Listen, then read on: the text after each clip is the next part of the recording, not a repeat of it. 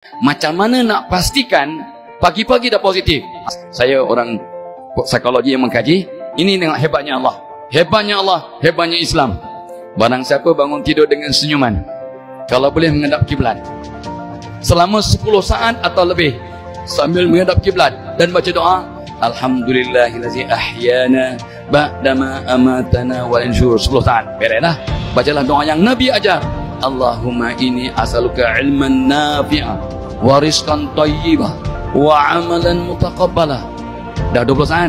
Bacalah doa yang ulama ajar, membuka pintu-pintu kehebatan, termasuk pintu kasih sayang dan kebahagiaan tadi. Allahumma aftahli abwabal khair wa abwabas salamah wa abwabas sihah wa abwabal ni'mah wa abwabal barakah wa abwabal quwwah wa abwabal mawaddah wa abwabal rahmah wa abwabal rizq wa abwabal ilm wa abwabal maghfirah wa abwabal jannah. Ya Arhamar Rahimin. Allah yarham Ustaz Harudin, Ustaz Nur Gadut dan Ustaz Muhammad Awang. Saya rujuk pada mereka tentang doa ini. Mereka kata sangat bagus doa ini. Ini 20 tahun yang lepas. Amalkan doa ini sampai mati. Dan saya pun amalkan sejak 20 tahun yang lalu.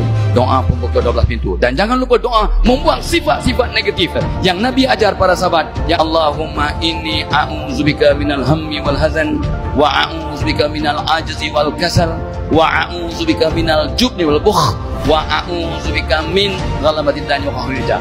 Ya Allah, kan aku dari keluh kesah dan duka cita, dan aku daripada lemah dan malas, dan kan aku dari takut dan bakhil, dan kan aku daripada beban hutang, hutang wang ringgit, hutang kasih sayang, hutang puasa, hutang Ramadan, hutang budi.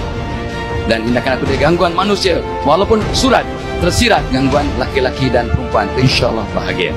Kenapa kita tak bahagia? Pertama, hati tak betul. Kedua, fikir tak betul.